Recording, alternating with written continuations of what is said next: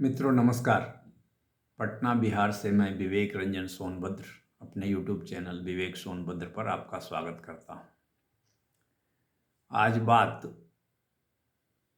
बिहार सरकार के मंत्री भूमि सुधार एवं राजस्व मंत्री श्री विजय कुमार सिन्हा जी, जो कि बिहार के उप मुख्यमंत्री भी हैं, के द्वारा चलाए जा रहे राजस्व जनसंवाद की बात। विजय सिन्हा साहब राजस्व जनसंवाद चला रहे हैं। 3 जगह शायद मेरी जानकारी में हुई है, पटना में, मुजफ्फरपुर में और पूर्णिया में। तो वहाँ बहुत रैयत लोग आ रहे हैं अपनी अपनी समस्या लेकर के। कई जगह तो महिलाएं भी आ रही हैं। महिलाएं बहुत दुखी होकर के बात कर रहे हैं, लोग रोने भी लग रहे हैं, पीड़ित लोग। और मुख्यमंत्री जी कुछ कड़क आवाज में बोलते भी हैं। तो इन सब चीज़ों पर जो मुख्यमंत्री जी पर राजस्व सेवा संघ ने आरोप लगा दिया है कि वे हम लोगों को अपमानित कर रहे हैं। वे बोलते हैं कि ऑन द स्पॉट फैसला कर देंगे, खड़े खड़े सस्पेंड कर देंगे।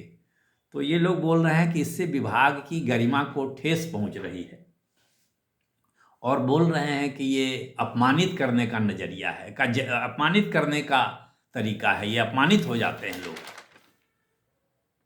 बोले हैं कि राजस्व सेवा विभागीय मंत्री सार्वजनिक संघ ने कहा है, विभागीय मंत्री सार्वजनिक मंचों से राजस्व सेवा के अधिकारियों के विरुद्ध अपमानजनक टिप्पणी कर रहे हैं, इससे विभाग की गरिमा को ठेस पहुंच रही है। तो राजस्व सेवा संघ के लोगों ने ये सब कहते हुए मुख्यमंत्री जी को पत्र लिखा है।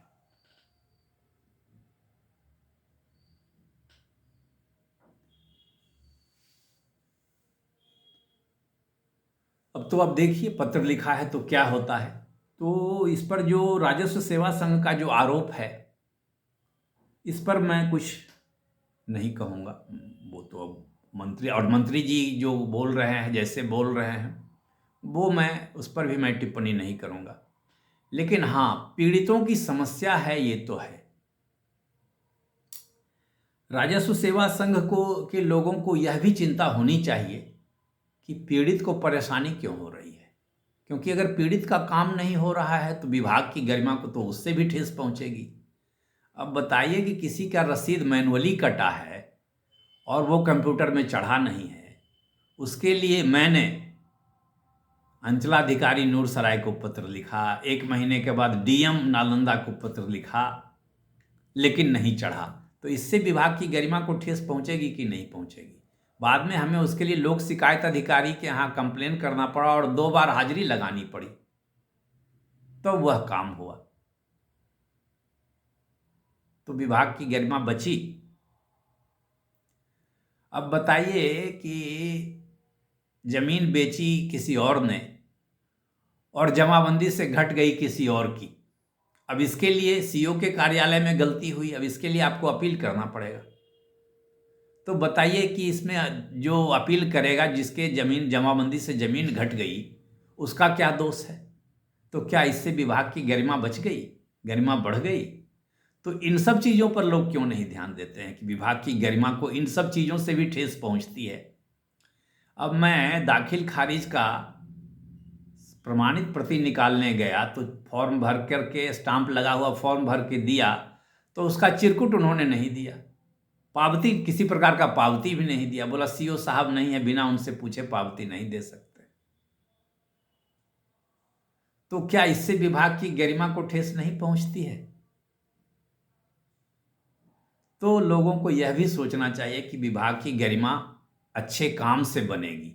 मंत्री जी के बोलने से या नहीं बोलने से उनको अपमानित महसूस कर रहे हैं तो ठीक है, वो मुद्दा वो लोग समझे मुख्यमंत्री जी के पास उठाए हैं, तो वो मुख्यमंत्री जी का विशेषाधिकार है और उप मुख्यमंत्री जी का विशेषाधिकार है कि कैसे काम करेंगे, और राजस्व सेवा संघ के लोगों का भी विशेषाधिकार है कि उन्होंने लिखा है। इस तीनों चीज़ों पर मैं कुछ नहीं कहूँगा। लेकिन एक चीज़ मैं कहूँगा कि अगर हमारा काम नहीं होगा, तो अगर नागरिक खुश नहीं रहेगा, नागरिक पीड़ित रहेगा, परेशान रहेगा, तो क्या राजस्व विभाग की गरिमा बचेगी? क्या गरिमा को ठेस नहीं लगेगी?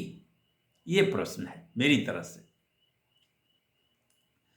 तो अच्छा, आप देख लीजिए, बराबर अखबार में हर सप्ताह, एक सप्ताह में कोई ना कोई ऐसी खबर आएगी कि राजस्व कर्मचारी पैसे लेते पकड़े गए, ये वहाँ गिरफ्तार हो गए, ये सब बहुत तरह की बातें आएगी।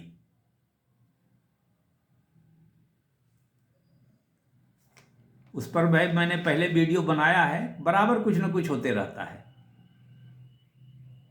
देखिए, इसमें आज भी खबर छपी है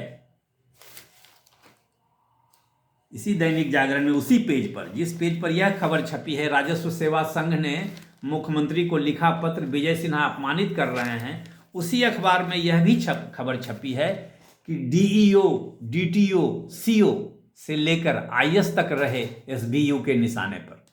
तो सीओ और सीओ कार्यालय भी स्पेशल विजिलेंस यूनिट या स्टेट विजिलेंस यूनिट, विशेष निगरानी इकाई, स्पेशल विजिलेंस यूनिट के निशाने पर है।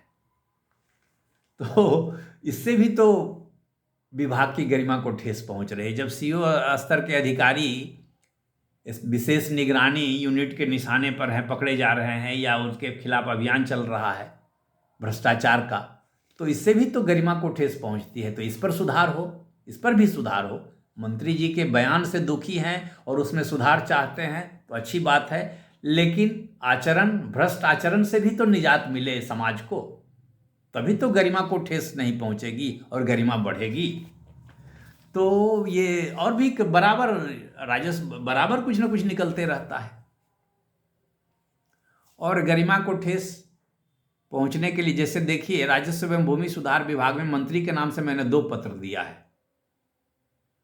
एक 25 नवंबर को रिसीव हुआ है, एक 8 दिसंबर को रिसीव हुआ है। अभी तक उसका कोई जवाब या उस पर कोई कार्रवाई नहीं हुई है।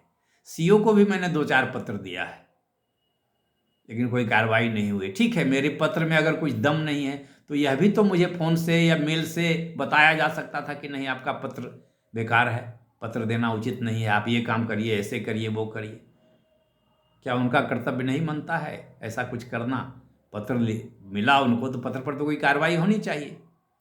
तो विभाग की गरिमा बचाना है तो लोगों को अच्छा काम करना चाहिए, ऐसा मैं समझता हूँ। मैं राजस्व सेवा संघ के द्वारा पत्र लिखे जाने से कोई पीड़ित नहीं महसूस कर रहा हूँ। मैं चाह रहा हूँ कि विभाग की गरिमा बने, राज्य की गरिमा बने। मैं बिहारी हूँ और बिहार से मेरा प्यार है, और बिहार की गरिमा मैं बचाना चाहता हूँ, बढ़ाना चाहता हूँ, एक नागरिक के रूप में, एक रैयत के रूप में। तो इसलिए मैंने ये वीडियो बनाया कि विभाग की गरिमा को बचाने के अन्य, गरिमा खराब होने के अन्य कई कारण भी हैं। अगर रैयत का काम समय से हो जाए, वहाँ कोई बीच में दलाल न आए, टाल मटोल न हो, तो गरिमा अपने आप बढ़ जाएगी। गरिमा तो है ही, अधिकारी तो अधिकारी होते हैं, अधिकारी की तो रौब होती है, वो तो पूरी दुनिया जानती है। पूरे देश में नौकरशाही का क्या रौब है और क्या खौफ है, कौन नहीं जानता है। तो गरिमा को ठेस न लगे, इसके लिए अच्छे काम करने की भी ज़रूरत है। मेरा बस यही अपना कहना है। मैं गलत हूँ या सही हूँ वो तो बात की चीज़ है। अगर गलत हूँ तो मैं माफ़ी चाहता हूँ। मैं किसी व्यक्ति के विरुद्ध नहीं हूँ। मैं चाहता हूँ कि जनता का काम हो। बस, धन्यवाद, नमस्कार।